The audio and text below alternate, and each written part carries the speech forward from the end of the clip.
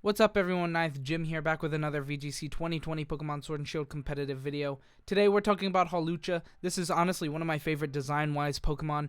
This little wrestler just flying around, he's pretty cool. Solid typing, fighting, flying, as well as solid stats and an amazing deep move pool. A great ability that doubles its speed. This Pokemon is really cool. Anyway, into the actual Pokemon itself. So, fighting flying type gives us one immunity is ground, which is really good. Ground is very, very prevalent in the game right now and probably always will be. We have 4 resistances with grass, fighting, bug, and dark. All 4 are, well, 3 of them are more prevalent. Bug is not very represented in the game currently, but the others are very well represented, so you have pretty solid switches. And when you Dynamax this Pokemon, you'll take very, very little damage from those resisted hits, which is really good. Next, we have weaknesses, which is really good. I said that weird. I said that weirdly. Anyway, so weaknesses. We have 5 weaknesses. We have electric, ice, flying, psychic, and fairy. All 5 are actually pretty relevant in the game. We have a lot of things like fairy being the most used Pokemon, being Togekiss. We also have flying being very, very represented with Max Airstream. We have electric with all forms of Rotom. Ice being Lapras, which is one of the top used Pokemon right now. It has a lot of weaknesses, and they're all really bad, unfortunately. However, when we Dynamax, we can honestly live a lot of them, at least one time, which is pretty good. And since this Pokemon is so fast, you can get typically 2 hits in with this Pokemon, which can be a lot. Into our stats, we have some pretty solid stats. We have HP at 78, as well as defense at 75 and special defense at 63. A lot of the time, you'll start off with a buff in special defense as well because of Psychic Seed to activate your Unburden, giving us a pretty solid special defense. Not amazing bulk in general, but not bad either. It's pretty good.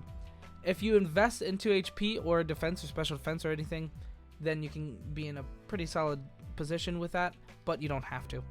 Next, we have our offensive stats. Attack 92, which is pretty solid, and then 74 special attack and 118 speed. Our attack and speed are what we're very, very likely to highlight on in this build, and with this Pokemon in general. In this build, we do just focus on attack and speed. Speed being 118 base, and then doubling makes this Pokemon insanely fast. Actually, just like the fastest Pokemon. You know, we have Barraskewda being able to outspeed us under Swift Swim, but that's actually about it. We have speed tiers, and I'll explain that more in depth later.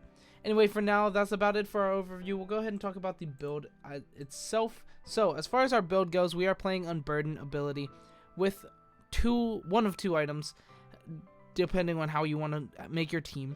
We can use Psychic Seed with the Indeedee Female. Indeedee Female activating our Psychic Terrain, and then popping our Psychic Seed, activating Unburden, doubling our speed, doubling our attack on Acrobatics, and making this Pokemon a very strong, oppressive threat.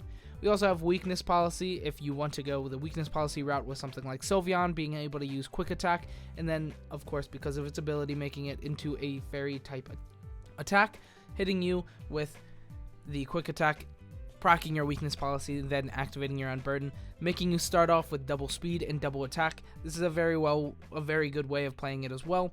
However, because of Togekiss and other Pokemon with Follow Me, that can throw a notch in the plan, which can happen. A third way of playing this Pokemon is with Assault Vest and using Limber. If you don't want to use any of the supporting Pokemon, if you want to use just Hawlucha alone, then you can use Assault Vest to give you a 1.5 times special defense, and then also not using Swords Dance, just using 4 good attacks, and then you get to use Assault Vest and Limber. That's another way of playing the build as well, if you don't want to use like something like Indeedee or Sylveon. Next, we have our moves. So first off, we are focusing on the Indeedee build, the one with Psychic Seed, activating Psychic Seed. Another way of using this is the Weakness Policy. Both are very, very strong, and you'll see it in our damage calcs. Both of them are very similar, since they both give you a very good chance of getting +2 attack very quickly, because we use Swords Dance and Follow Me. And then Weakness Policy, Quick Attack. You just get the buff 1 turn quicker, but then you don't have Psychic Seed. So you really get to pick whichever one. They're both very, very powerful. Anyway, for our moves, we have Acrobatics, Close Combat, Iron Head, and Swords Dance on this build. Swords Dance being able to Follow Me with the Indeedee Female, and then activate Swords Dance, getting a +2 in attack right off the bat. Really, really good. And then you have Dynamax moves that are really good. Close Combat, just very strong physical stab type move with fighting. And then Acrobats doubling, becoming 110 damage after you use your item.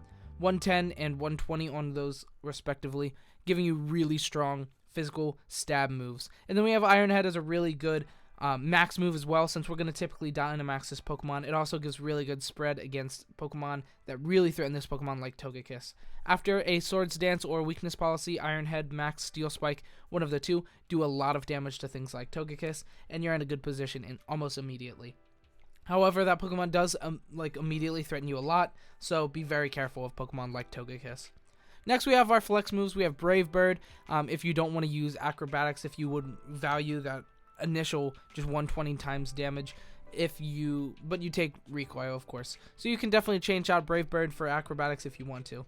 Next, we have things like Thunder Punch, Poison Jab, Throat Chop, Rock Slide, Brick Break, Fire Punch, and Stone Edge, all as really, really good coverage move. Honestly, this Pokemon can fill up almost any role on your team since it has such a deep move pool, and it can really learn an attack for just about any coverage you need, which is really good. You can definitely change out Iron Head if you want to whatever you need on that team. It's just, I like Iron Head just because you can max Steel Spike, and it's one of my favorite max moves, so I just like it. Next, we have other moves, Detect, Protect. You can use either of these. However, like I said, we're going to Dynamax a lot of the time, so giving us that Swords Dance option immediately, and then being able to max, and then Swords Dance becomes Max Guard, which is very good as well. Next, we have Ally Switch. Ally Switch is pretty good, and it's very surprising to be on this Pokemon. A lot of people won't expect it, and you can really take some cheeky wins out of nowhere from that, which is really cool. Next, we have our investments, our EV spread. We have 252 into attack and 252 into speed. Very basic, however, it just gets the job done, doing as much damage as fast as possible. After the Unburden, doubling our speed, we are at 170, and then doubling our speed gets us to 340, being able to outspeed just about everything. You don't need the nature buff from that. You don't need to be jolly. You can be adamant, and that's what we have here, giving us plus attack minus special attack, since we just want to do as much damage as possible. Last, we have our 4 left over into HP, just because we're going to Dynamax this Pokemon a lot, like I was saying. So might as well just get as much out of that as possible. Next, we have our synergetic Pokemon, and I already touched on these a little bit. Indeedee activates your Psychic Seed, as well as providing Follow Me support for Swords Dance. And then Sylveon activates your Weakness Policy, but be careful of things like Follow Me from opposing Indeedee Fs or Togekiss, which you will see a lot of the time. That's about it for our build. We'll go ahead and talk about some speed tiers here real quick. So, talking about real quick, Hawlucha is very, very quick. We are up at the second to the top, being at 340 with Hawlucha after Unburden is activated.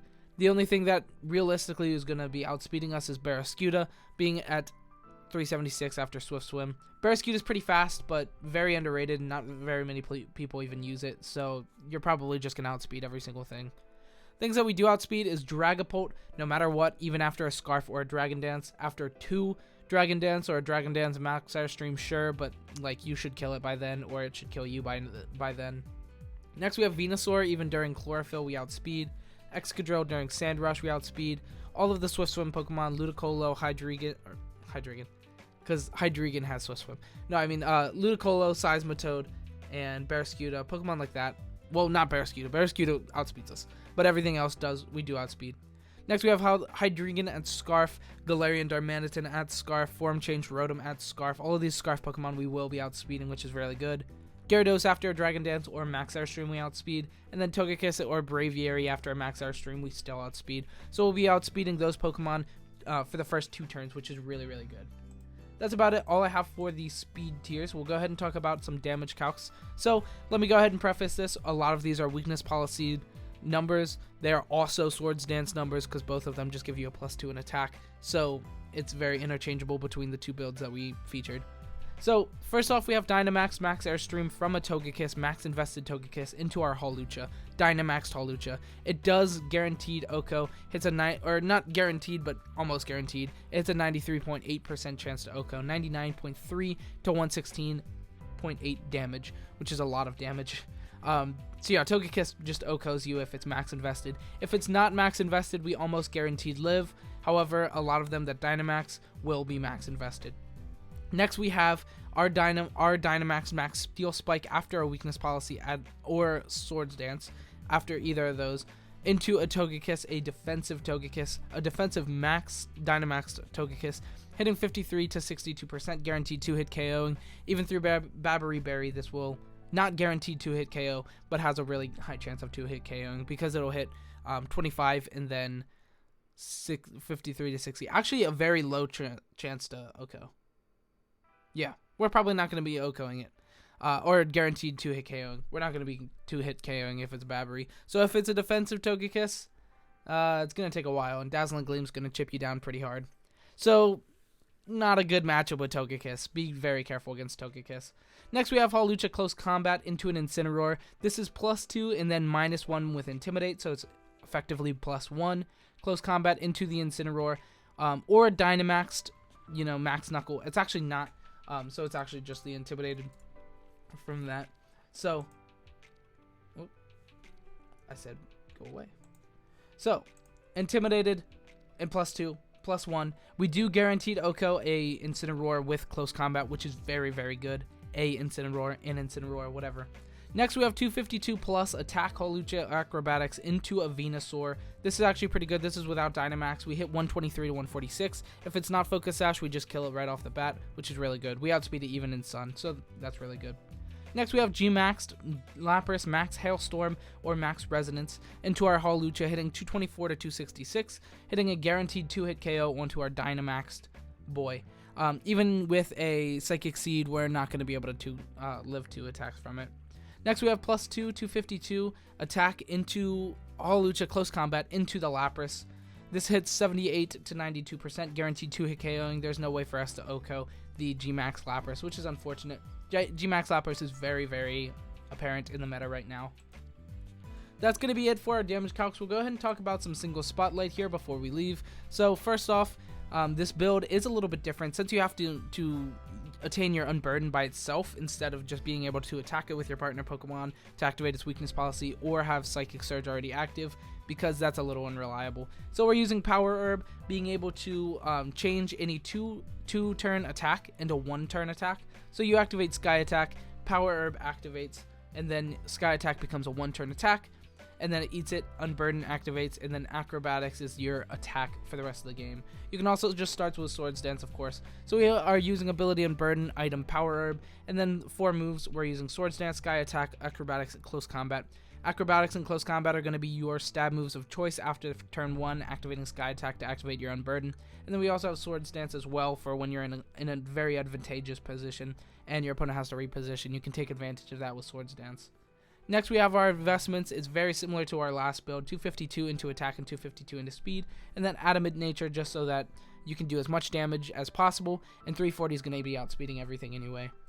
Anyway, that's about it for our Hawlucha build and our Hawlucha single spotlight as well. In sum up, Hawlucha is pretty cool in VGC as well as singles. I like it a lot more in VGC because you can get pretty cheeky with using weakness policy or Psychic Seed to activate its Unburden turn 1 so that you don't have to do anything beforehand. You can just start attacking really, really fast and really hard. It's pretty cool. I think Hawlucha is really interesting and definitely a pretty underrated Pokemon. Anyway, that's going to be it for this video, so if you like this kind of content, like and subscribe. It means a lot to me. Thank you so much for watching. If you want to comment down below any kind of guides or Pokemon or teams in the future that you want to see, go ahead and do that. It means a lot to me. Thank you so much for watching, and stay safe. Have a good one.